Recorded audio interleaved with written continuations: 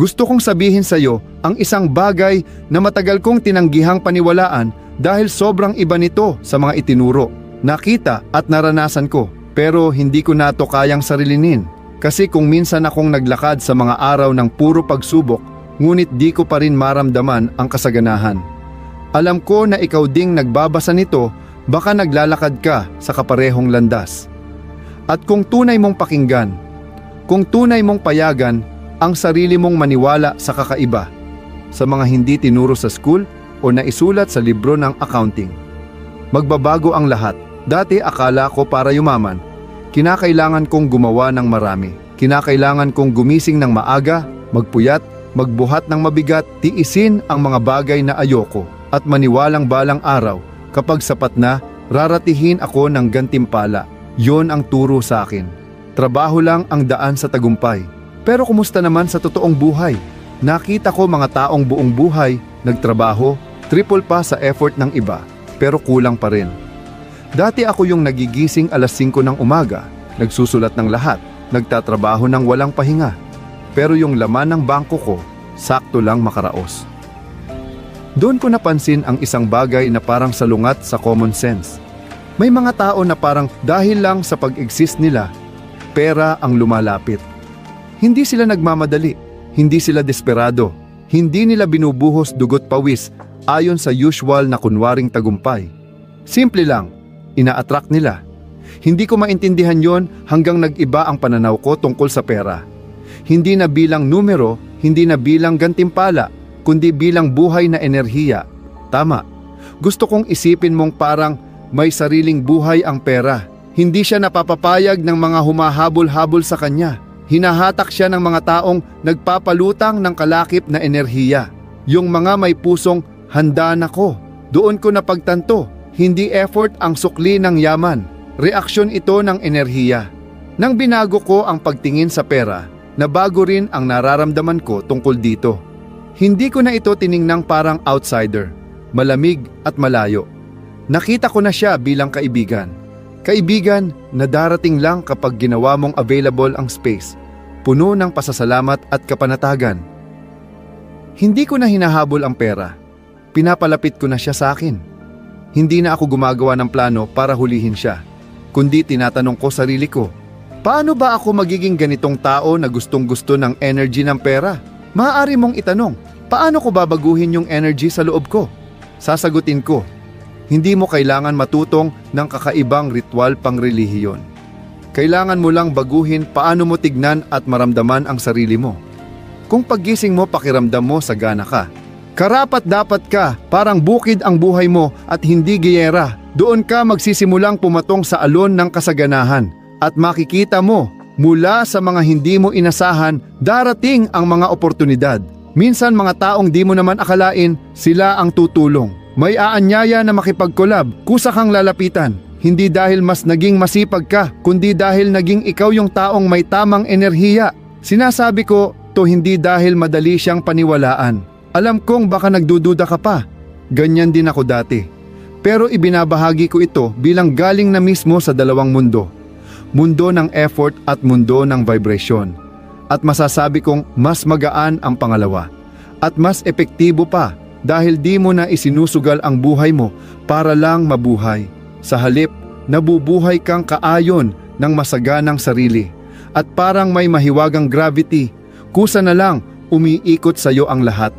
Hindi ko sinasabi na di mo na kailangan magtrabaho. Ang sinasabi ko, yung energy na nilalagay mo sa gawa ang nagdedetermina ng tunay na halaga na matatanggap mo. Kung nagtatrabaho ka mula sa takot, pagmamadali at kakulangan, yan din ang frequency na binobroadcast mo at ibabalik yan ng universe sa'yo sa iba-ibang anyo. Pero kung galing ka sa tuwa, passion at paniniwala na totoo, may value ang ginagawa mo. Sumasabay ka sa agos ng yaman. Baka di mo maramdaman to agad, pero parang pagtatanim, kailangan mo lang alagaan. Dahil hindi tumutubo ang yaman mula sa unang tanim, kundi sa mga taong consistent mag-alaga ng energy araw-araw.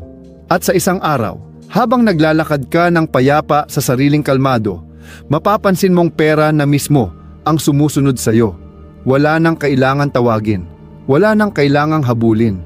Kailangan mo lang maging ikaw, yung pinaka-vibrant na version ng sarili mo. Tandaan mo to, hindi sumusunod ang pera sa mga nagmamakaawa. Nagre-respond siya sa frequency. Gawin mong ang bawat umaga paggising mo, isa ng tahimik na deklarasyon sa universe.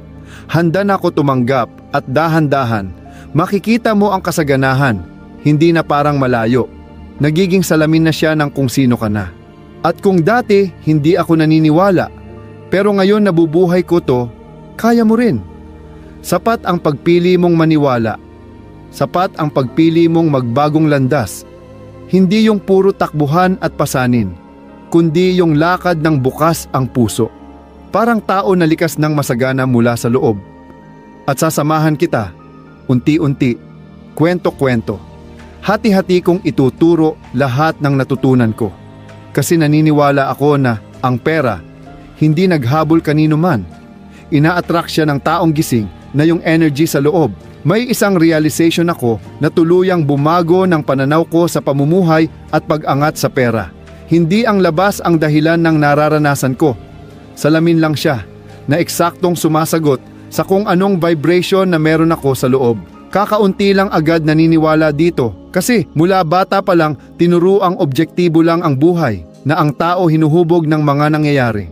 Pero sinasabi ko sa'yo, hindi mga pangyayari ang lumilikha sa'yo. Ang ikaw. Bawat iniisip mo, nararamdaman mo, at estado ng energy mo, ang siyang nag-aanyaya ng mga sitwasyon para salamininin ka pabalik. Hindi random ang universe na to, gumagana siya sa resonance. Dati akala ko biktima lang ako ng mga pangyayari. Kapag mahirap ang trabaho, kulang pera, ang sisi ko market, customers o malas lang. Pero nung mas tinutukan ko, mismo sa iisang market, sa parehong panahon, may mga tao pa ring umaangat. Sa parehong sitwasyon, may mga taong tinatawag pa ring oportunidad. Hindi ko na magawang ibunton ang sisi sa labas kapag hindi pa maliwanag sa loob ko. At mula nang tinanggap kong silipin ang loob, naintindihan ko, hindi external ang gumagawa ng energy. Energy ang gumagawa ng external. Hindi ang universe ang namimili ng paborito, purong salamin lang siya na sobrang tumpak. Isipin mo to, bawat emotion mo, bawat iniisip mo ay parang alon na inilalabas mo. At ang universe, parang tahimik na lawa na tumpak lang binabalik eksakto yung wave na binigay mo. Pag meron kang kakulangan, pag-aalala, insecurity sa loob, ang signal mo, hindi ako sapat. At ang lawa, tumutugon ng mga karanasang lalo kang mawawalan. Pero pag sinimulan mong mabuhay na meron ka na, sapat ka na, karapat-dapat ka, makikita mong ang universe ay magbabalik lang ng ganoon din. Di ko sinasabi to dahil lang sa theory. Sinasabi ko dahil talagang naranasan, nakita, at inulit-ulit ko na, seriously. Naalala ko pa nung pinakawalang-wala ako noon.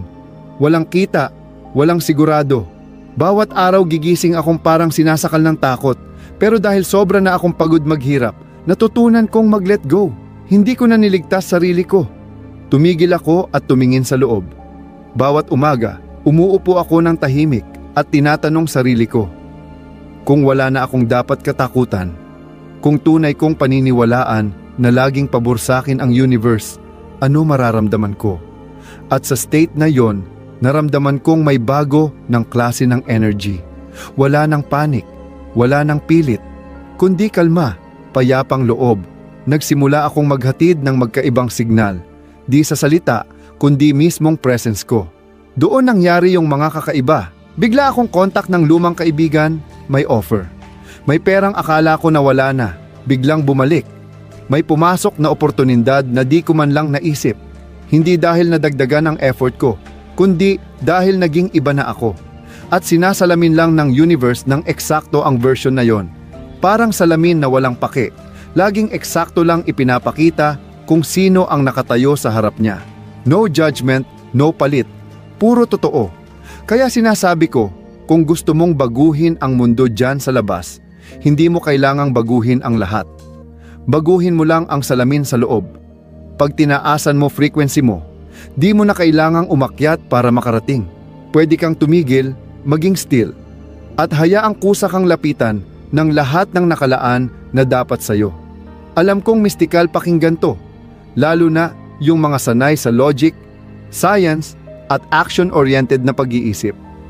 Pero tandaan mo, sabi na rin ng modernong quantum physics, napapatunayan ngayon, ang matter ay resulta ng energy, hindi baliktad.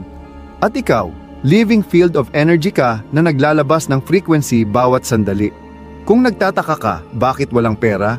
Bakit di pumapasok opportunity? Bakit parang paikot-ikot pa rin ang buhay mo? Huwag ka munang lumingon sa labas. Tumingin ka sa salamin sa loob at itanong mo, ano bang nilalabas ko? Hindi mo maluloko ang salamin. Pwede kang magsabi ng magagandang salita, magulit ng mga affirmations. Pero kung sa loob-loob mo ay bitbit mo pa rin ang takot, pagdududa, at pakiramdam na hindi ka karapat-dapat, iyon din ang sasagutin ng universo. Kaya maraming tao ang sumusubok ng lahat ng teknik pero walang resulta dahil panlabas lang ang mga teknik. Samantalang ang tunay na sustansya ay nasa enerhiya. Gusto kong subukan mo ang isang maliit na bagay tuwing umaga bago ka magsimula ng araw. Maglaan ka ng 3 minuto para lang makaramdam. Huwag mo munang isipin ang mga gagawin mo. Huwag mong alalahanin ang resulta. Damhin mo lang na nabubuhay ka sa mundong posible ang lahat at mayroon kang karapatang pumili ng unang emosyon na dadalhin mo sa araw mo. Kung pipiliin mong maging payapa, maging mapagpasalamat, magtiwala, hawakan mo ang vibration na yan gaya ng background music na tumutugtog sa pagkatao mo at pansinin mo kung paano tutugon ang mundo sa iyo. Hindi man biglaan, pero tiyak dahil ang salamin ay hindi nagsisinungaling. Sa puntong ito, iba na ang tingin ko sa mundo. Hindi na ako naniniwalang ako'y maliit na nilalang sa napakalawak na universo. Nakikita ko ang sarili ko bilang bahagi mismo ng universo na iyon. Bawat vibration na pinapalabas ko ay parang signal na tumatawag sa mga bagay na karesonance nito. Ganun ka rin. Hindi ka maliit, hindi ka pinabayaan. Isang bagay lang ang kailangan mong tandaan. Maaaring nakalimutan mo, hindi laban sa iyo ang mundo. Refleksyon mo lang ito. At pwede kang pumili muli anumang oras. Pinili kong pumili muli. At narito ako para sabihin sa iyo na ang universo ay nakikinig sa frequency ng pamumuhay mo araw-araw. Si Thomas ay naglakad sa disyerto, nagdurugong mga paa, nanlilisik ang mga mata sa ilalim ng matinding init ng araw. Tuyong-tuyo ang lalamunan dahil sa ilang araw na walang tubig. Patuloy siyang naglakad, hakbang-hakbang. Bit-bit ang marupok na pag-asa na sa unahan ay may ilog ng kaligtasan. Pero ang hindi niya alam, at wala talaga siyang paraan para malaman, ay sa mismong ilalim ng kanyang mga paa, sa ilalim lang ng manipis na layer ng buhangin, ay dumadaloy ang malamig at malinaw na underground river. Sapat para bumuhay ng isang buong grupo sa loob ng maraming taon. Hindi namatay si Thomas dahil wala siyang tubig, kundi dahil hindi niya alam na naroon na pala ang buhay. At yan ang bumabagabag sa akin. Hindi lang ang mismong kwento, kundi ang katotohanang minsan ako si Thomas. Dati akong palaging naghahanap ng oportunidad saan-saan, sugod sa markets, pasok sa kung ano-anong klase, salang sa kahit anong relasyon na baka magbukas ng magandang daan. Iniisip ko dati, basta ginagalingan ko at pinipilit ko, dadating din ang gustong resulta. Pero mali pala ako. Hindi dahil tamad ako, kundi dahil hindi ko tinanong sa sarili ko ang isang napakasimple pero mahalagang tanong. Ano ang tinatayuan ko na hindi ko makita? Naranasan mo na ba yon? Yung parang todo kayod ka na, pero parang hindi mo pa rin maabot ang gusto mo. Palaging sablay? Parang meron kang balabal na hindi mo makita. Ikot ka ng ikot, pero hindi makawala. Kung oo, gusto ko sana samahan mo ko hanggang dulo ng kwentong ito kasi naniniwala akong ito ang bahagi na pinakakailangan mong marinig para mabuksan ang isang bagay sa loob mo. Pero bago ko ituloy, gawin mo muna ang isang maliit na bagay para sa sarili mo kung talagang gusto mong mabutas ang manipis na layer ng buhangin na yon. Kung naniniwala kang sa likod ng lahat ng hirap mo ngayon ay may pinagmumula ng kaunlarang nakatago, mag-comment ka sa video na ito. Tinatanggap ko ang pagbabago o kahit anong pangakong gusto mong ipadala sa universo. Iyon ang unang hakbang mo. Magsimula ng ibang signal, isang maalamat na pagpili. Tingnan mo, ang pinakaimportanteng natutunan ko kay Thomas ay hindi sa kanyang pagkamatay, kundi sa masakit na katotohanan na maraming tao ang nabubuhay na parang siya, hindi lang sila bumagsak pa. Araw-araw nilang dinadaanan na pagod ang isipan, parang laging may hinahanap, tuyo ang puso. Kasabay nito, lahat ng kasaganaan na hinahanap nila ay nasa ilalim lang nila, abot kamay, pero natatakpan ng lumang pananaw. At ang layer na yon, hindi gawa ng tadhana, kundi gawa ng mga paniniwalang inangkin nilang totoo, na mahirap yumaman, na limitado ang pera, na ang oportunidad ay para lang sa iba. Ang tagal bago ko naramdaman ito, na ang tanging humahadlang sa akin, sa ilog ng kasaganaan, ay ang maling mapa sa utak ko. Mali ang mga pinaniwalaan ko, mali ang pananaw ko. Kaya naligaw ako, hindi ng mundo, kundi ng sarili kong kakayahang tumanggap, hanggang sa nagsimula akong magtanong ng iba.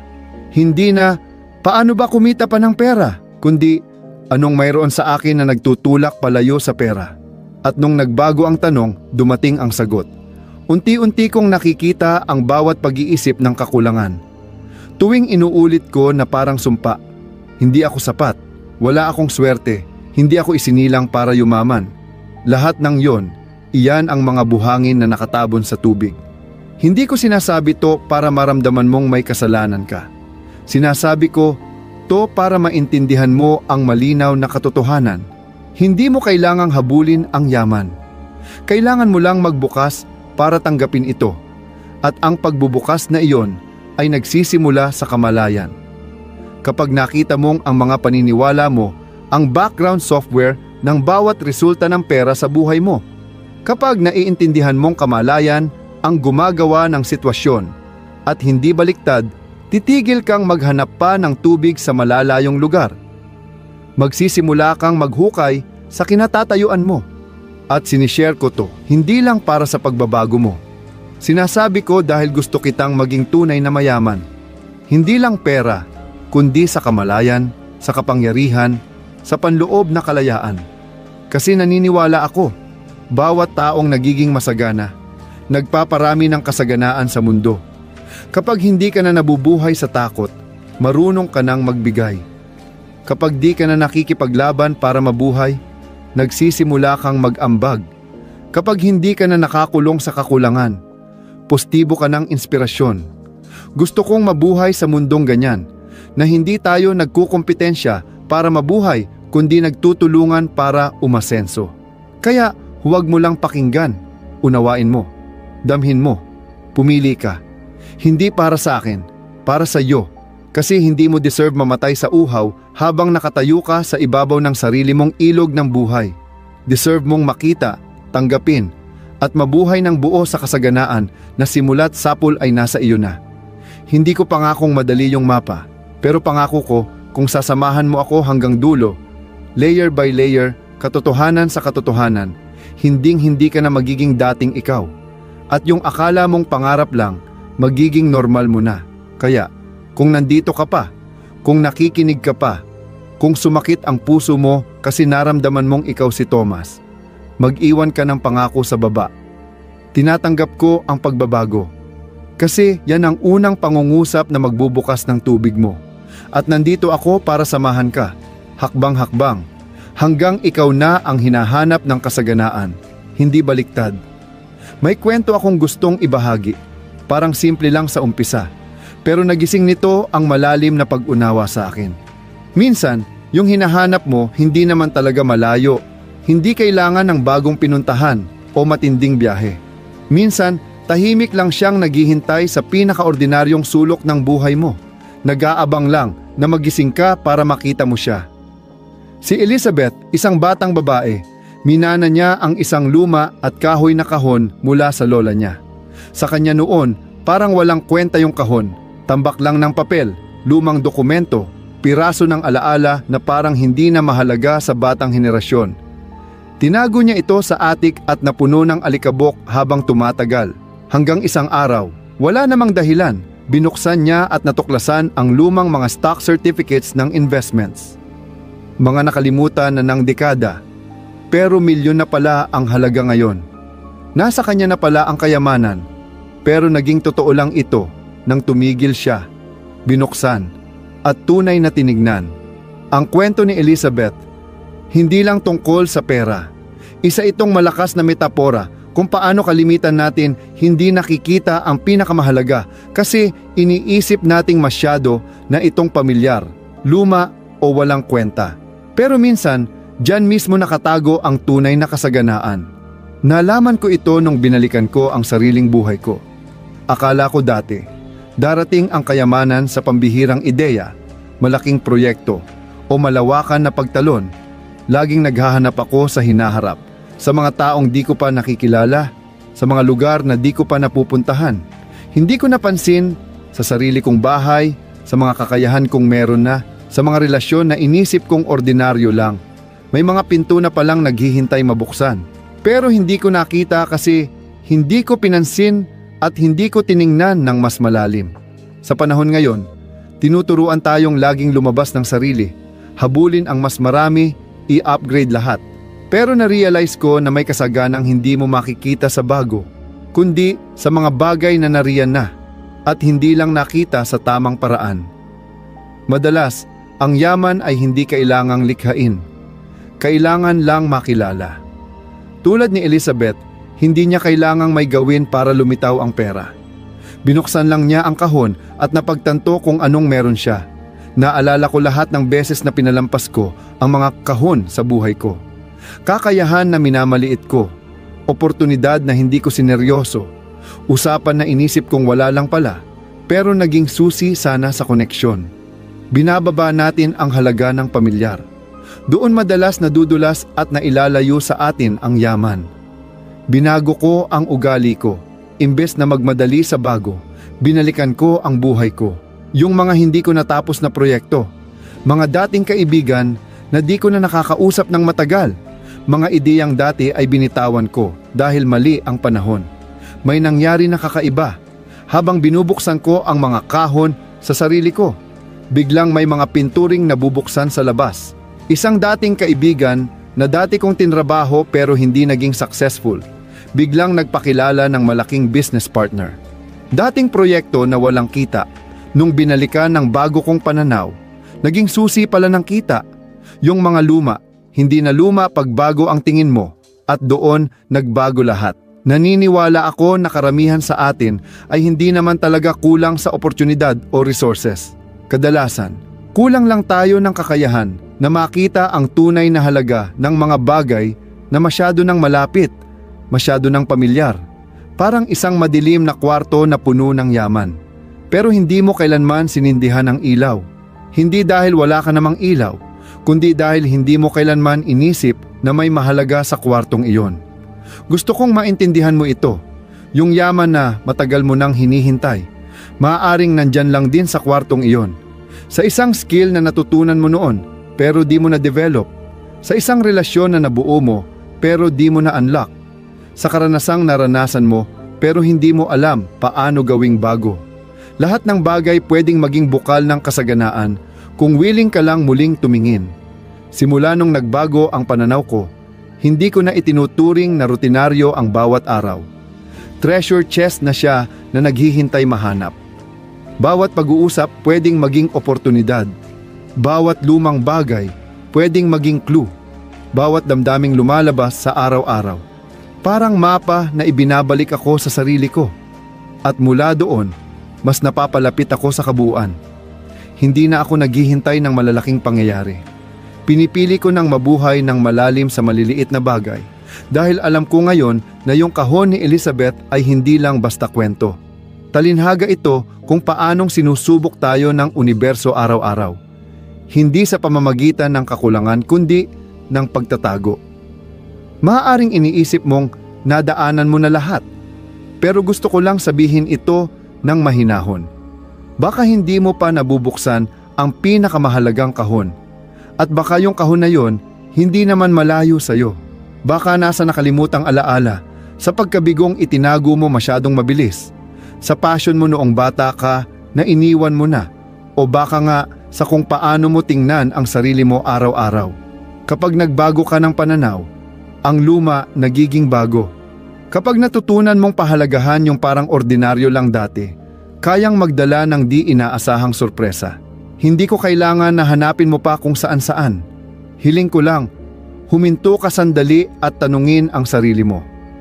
Mayroon bang bagay na dati mong hindi pinansin na maaaring mayaman na maaari mo pang mabuksan? Dahil kung si Elizabeth nagawang lumipat mula kakulangan, papunta sa kasaganaan sa isang simpleng pagbukas ulit ng luma niyang kahon, kaya mo ring gawin yon gamit ang buhay na meron ka ngayon. At baka nga, yung kailangan mo, hindi ka kailanman iniwan. Naghihintay lang yan na maging mulat ka ulit, na maging mapagpakumbaba para buksan, at maging mapagkakatiwalaan para tanggapin. At hindi ito mahika, iyan ang likas na kalikasan ng bawat himala sa buhay na ito. Naalala ko yung unang beses na umupo ako ng tahimik sa kwarto, pinikit ang mga mata, at tinanong ang sarili, kung namumuhay na ako sa kasaganaan, ano kaya ang pakiramdam? Wala akong pera noong oras na yon, walang kontrak na pipirmahan, walang senyales mula sa labas na may dahilan akong paniwalaan na ako ay mayaman. Pero tinanong ko pa rin at pinayagan kong mag-imagine, hindi para tumakas sa realidad, kundi bilang isang sinadyang aksyon na parang nag-e-ensayo para sa buhay na hindi pa dumarating, pero maaaring dumating. Inimagine ko ang sarili kong naglalakad ng maluwag ang katawan. Inimagine ko na ang mga mata ko hindi na nagmamadali at puno ng pasasalamat. Nakita ko ang sarili kong umiinom ng kape nang hindi sumusulyap sa orasan. Walang kaba na baka may na-miss sa trabaho. Nakita ko ang sarili ko na nagbibigay ng madali. Hindi dahil marami akong sobra, kundi dahil sapat na ako. Bawat hininga ko, lasang kapayapaan. At sa eksaktong sandaling yon, ramdam ko ang kakaibang pakiramdam. Parang hindi na lang laro ang imahinasyon ko, kundi tunay na estado ng katawan ko. Nadiskubre ko na ang kasaganaan, hindi numero, damdamin siya. At ang maganda dito, hindi mo kailangan maghintay ng maraming pera para maramdaman ito. Sa totoo lang, kailangan mong matutunang maramdaman muna ito at darating na lang ang pera bilang resonansya. Marami akong narinig na ganoon, nabasa sa mga libro, narinig sa mga talks, pero hindi ko talaga na-absorb ng totoo hanggang sa naramdaman ko mismo. Nang sinimulan kong likhain yung pakiramdam ng kasaganaan sa mismong paghinga ko, parang lumambot lahat ng nakapaligid sa akin. Wala nang urgency, wala na ring struggle, basta presence lang sa kung anong meron at malalim na tiwala na hindi ako kulang. Hindi pa ako naging kulang. Alam kong baka tunog malabo ito sa mga taong araw-araw na lang ang laban. Dumaan din ako dyan. Ako rin noon yung di mapakali dahil utak ko laging abala sa mga bills, unfinished projects, mga alalahaning walang pangalan. Pero dahil nga matagal ko ring naranasan yon, alam na alam ko, walang aksyon o diskarte na kayang iligtas ka mula sa loop ng kakulangan kung ang loob mo mismo ay nagbo-broadcast pa ng poverty frequency. At kabaliktaran, kapag nagbago ka ng loob, nagkakaroon ka ng bagong energy field. Isa na kung saan may dahilan ang lahat ng magagandang bagay na mapalapit sa iyo. Sinimulan kong mag-practice ng isang simple lang tuwing umaga. Bago ko hawakan ng cellphone, bago isipin lahat ng kailangan gawin, inilalagay ko ang kamay ko sa dibdib, pinipikit ko ang mga mata at malalim na humihinga habang tinatanong, kung namumuhay ako sa kasaganaan, ano kaya ang pakiramdam ngayon? Tapos pinananatili ko yung state na yon. Walang pilit, walang pressure, nararamdaman lang. Hindi ko iniisip ang mansyon o mamahaling kotse. Gusto ko lang maramdaman na ligtas, na magaan ang loob, na bawat hinga dumadaloy lang ng di pinipigilan ng anxiety. Ang nakakatawa, mula nang ginawa ko ito bawat araw, napansin kong kahit paano, nababago ang mundo ko. Hindi malaki, pero ramdam. Ang mga taong nakakasama ko, mas kaaya-aya. Ang mga desisyong ginagawa ko, hindi na padalos-dalos. Yung mga opportunity na dati, parang malayo, biglang andyan sa tamang oras. Hindi na ako kumikita dahil kailangan magkaroon, kundi nakakagawa ako ng value mula sa estado ng meron na ako. At yun ang nagpakampante sa iba sa akin.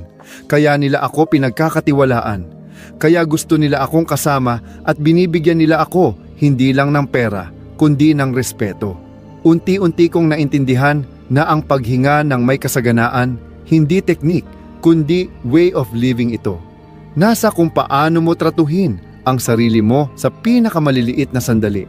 Nasa kung paano mo piliing tingnan ang mundo bilang pabor sa'yo, hindi laban sa'yo.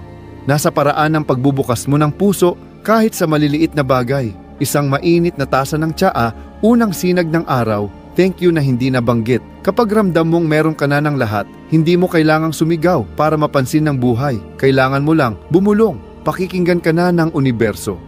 Sinasabi ko ito hindi dahil naabot ko na ang kung anong ultimatong antas. Tao pa rin ako, nakakalimot paminsan, naliligaw din, pero kahit kailan, hindi ko na ulit kakalimutan. Kaya kong bumalik sa estado ng kabuuan sa isang hininga lang. At kung kaya ko, kaya mo rin. Hindi mo na kailangang maghintay na may madagdag na kondisyon para maramdaman mong mayaman ka. Piliin mo lang na ramdamin ito. Dito mismo, sa katawang ito, sa mismong hiningang ito, huwag mo nang gawing destinasyon ang kasaganaan, gawin mo ng starting point. Simulan mo ang bawat araw na parang isang taong meron na, sapat na, karapat-dapat na. Walang pwedeng kumuha noon kung hindi mo pipiliing limutin. At hindi mo na kailangan lumimot kasi nagsimula ka ng maalala. Ang kayamanan, hindi hinahabol. Hinahayaan lang na ikaw na mismo ang maging. At kadalasan, nagsisimula lang lahat. Sa isang maliit na gawain, huminga na parang nabubuhay ka na mayaman. Sa kasaganaan at may tiwalang ang mismong pakiramdam na ito ang magdadala sa iyo pauwi. Si William ay isang British na scholar na kilala sa kanyang pagiging metikuloso at malalim na paghanga sa kasaysayan. Maraming taon siyang naglakbay sa gitnang silangan sa paghahanap ng mga sinaunang artifact ng kultura. Pero ang kwento kong ibabahagi sa iyo ngayon ay hindi lang tungkol sa arkeolohiya. Ito ang kwento ng isang bato, isang napupudpod na clay tablet, at kung paano nito lubusang binago ang aking pananaw sa yaman. Ilang buwan ginugol ni William sa pagsasalin at pagbasa ng mga nakasulat na ukit sa ibabaw ng tablet na iyon. At sa bandang huli, natanto niyang hindi lang ito isang tala ng kasaysayan. Isa itong praktikal na gabay kung paano ang isang ordinaryong tao ay pwedeng yumaman sa gitna ng isang syudad na baon sa utang at kaguluhan. Ang istoryang nakatala sa tablet ay sumusunod sa kwento ng isang tagagawang laryo na si Dabasier.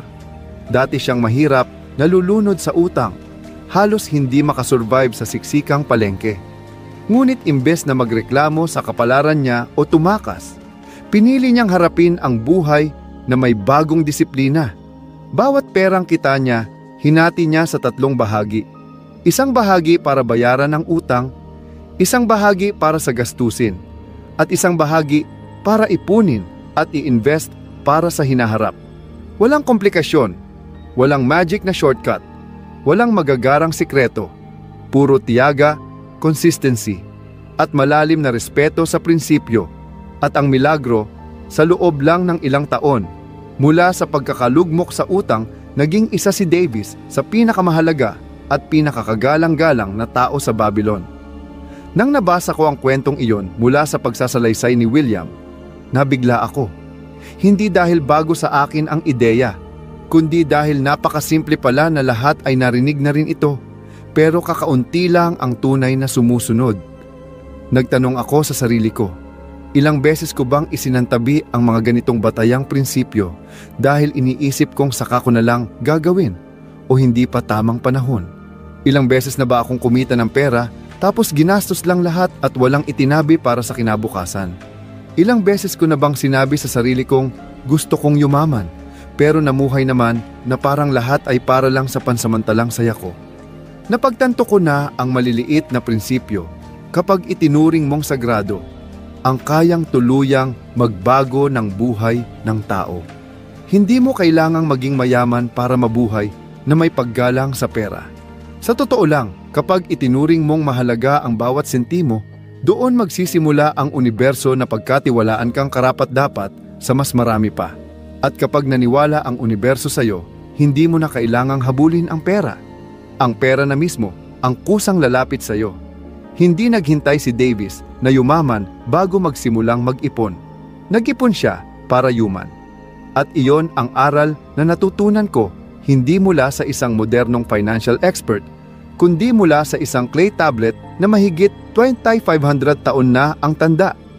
Sinimulan kong isabuhay ang aral na iyon ng paunti-unti lang.